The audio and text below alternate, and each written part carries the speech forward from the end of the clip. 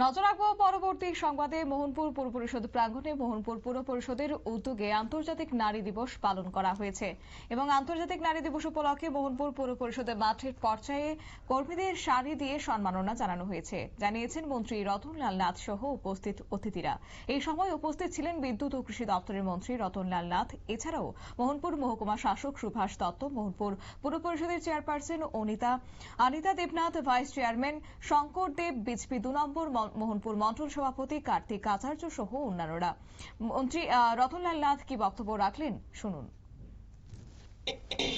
অনেক বেশি সব এটা অস্বীকার করা আপনার দুই একটা উদাহরণ দিয়ে কম যেত না, দুই একজনে একটু বেশি বেশি করে আলাদা কথা, কিন্তু এখনো সমাজে মহিলারা পুরুষদের তুলনায় অনেক বেশি সততা অবলম্বন করে, হিসাব করে চলে।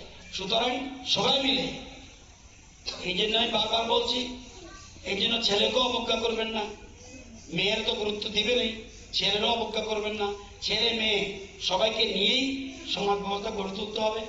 আমরা চাই পরিবার একটা ভিত্তি মনে রাখতে হবে।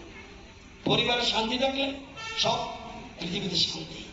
আপনার যতই প্রোগ্রাম করে যান, বাড়িতে গিয়ে সবাই যদি একসাথে রাতে যখন খাওয়ার টেবিলে বসবেন বা মাটিতে বসবেন, এর শান্তি আলাদা। সুতরাং সবাই মিলে একটা সুখী পরিবার হবেন এবং মহিলাদের আরো এগিয়ে যেতে হবে। এই কথাগুলি বলে আমার বক্তব্য শেষ করছি। আপনারা শুনলেন মন্ত্রী রতনলাল নাথের বক্তব্য। অবশ্য তিনি জানিয়েছেন যে সমাজ এবং দেশের মূল ভিত্তি হলো নারীরা এখন তুলনামূলকভাবে পুরুষদের চেয়ে অনেক বেশি সৎ এবং সঞ্চয়ী। পাশাপাশি তিনি আরো বলেন, পরিবারের কন্যা সন্তানদের প্রতি যত্নবান হতে হবে এবং পুত্র সন্তানদেরও অবজ্ঞা করা চলবে না।